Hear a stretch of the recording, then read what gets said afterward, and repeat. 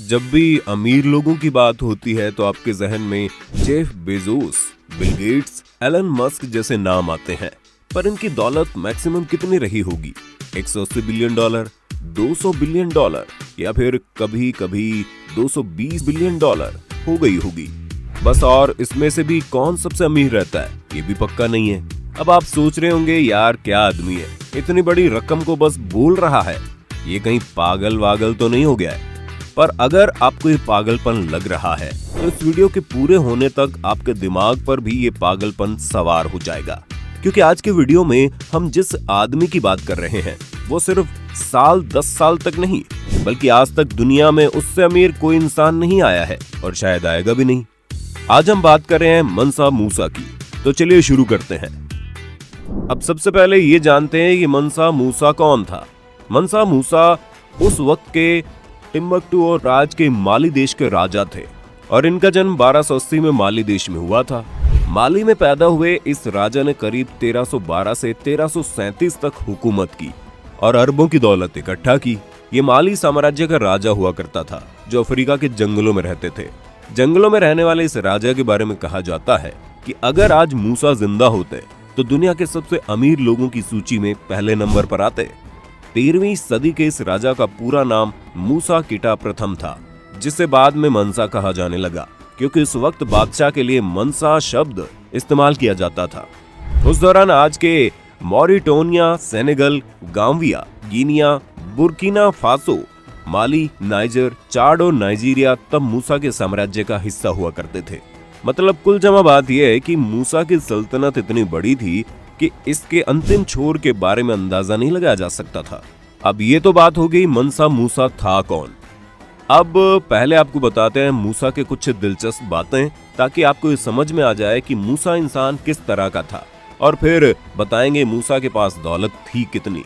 मूसा ने माली की सल्तनत पर उस समय हुकूमत की थी जब वहां सोने के भंडार हुआ करते थे।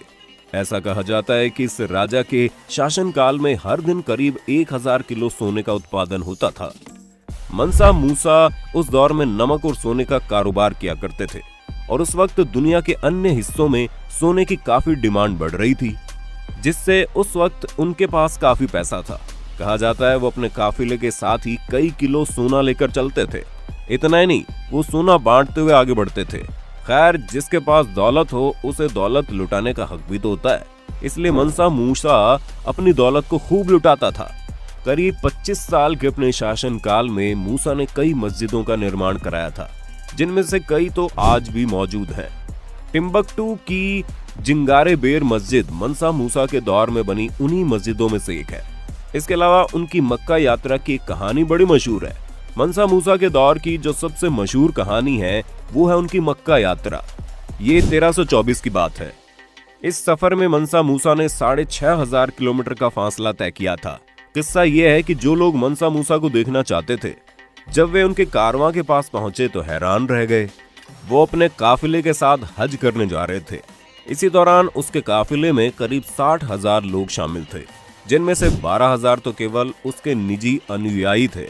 इसके अलावा मंसा मूसा जिस घोड़े पर सवार थे उसके आगे 500 लोगों का एक दस्ता था और सबके हाथ में सोने की एक छड़ी थी और उन्होंने बेहतरीन रेशम का लिबास पहना हुआ था। कहते हैं मंसा मूसा के काफिले में 80 ऊंटों का भी एक जत्था था और हर एक ऊंट पर 136 किलो सोना लदा था।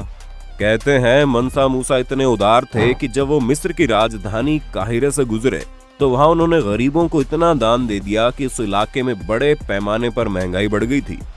कहते हैं मंसा मूसा के दौर में यूरोप के पास कुछ खास खनिज पदार्थ या सोने के भंडार नहीं थे।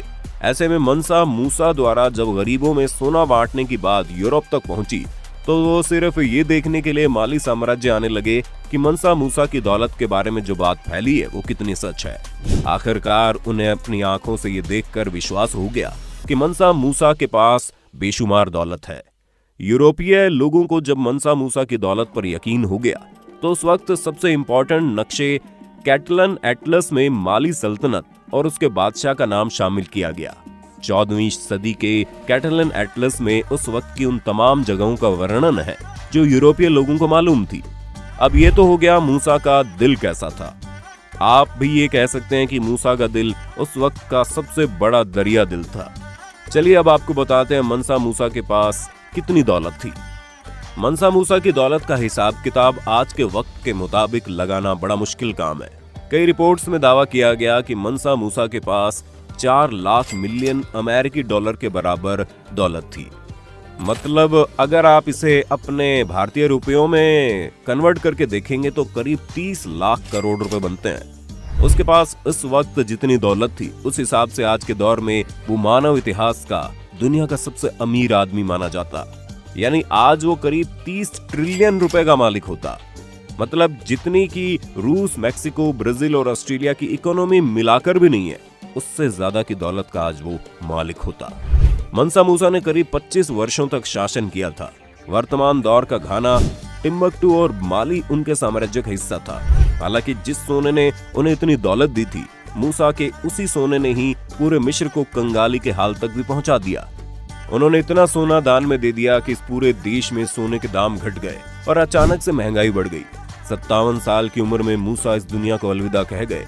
और दुख की बात तो ये है कि उनकी मौत के बाद उनके कारोबार को अगली पीढ़ियां संभाल नहीं पाई। ऐसा माना जाता है कि उन दिनों लंबे गृह युद्ध और विदेशी फौजों के आक्रमण के चलते इस साम्राज्य का पतन हो गया। आखिर में मनी मैगजीन में यूनिवर्सिटी ऑफ मिशिगन के इतिहास के प्रोफेसर की एक बात ही याद आती है। जब आपके पास इतनी दौलत हो कि उसका अंदाजा लगाना मुश्किल हो जाए तो ये समझिए कि आप बहुत अमीर आदमी हैं। और सच में मंसा मूसा के पास इतनी दौलत थी कि आज तक उसका सही हिसाब ही नहीं लगा। हर कोई सिर्फ अंदाजा ही लगा लेता है। वैसे आपके पास इतनी या फिर 1/4 दौलत भी होती तो आप क्या करते? हमें कमेंट में बताना। अगर आज की वीडियो आपको पसंद आई तो इसे लाइक करने के साथ अपने दोस्तों और रिश्तेदारों के साथ शेयर कर देना। अगर आप ये वीडियो YouTube पर देख रहे हैं तो चैनल को सब्सक्राइब करके बेल आइकन दबा दें। और अगर Facebook पर आप ये वीडियो देख रहे हैं तो Facebook पेज को जल्दी से लाइक कर दें। फिलहाल के लिए इतना ही। अभी के लिए हमें दीजिए इजाजत।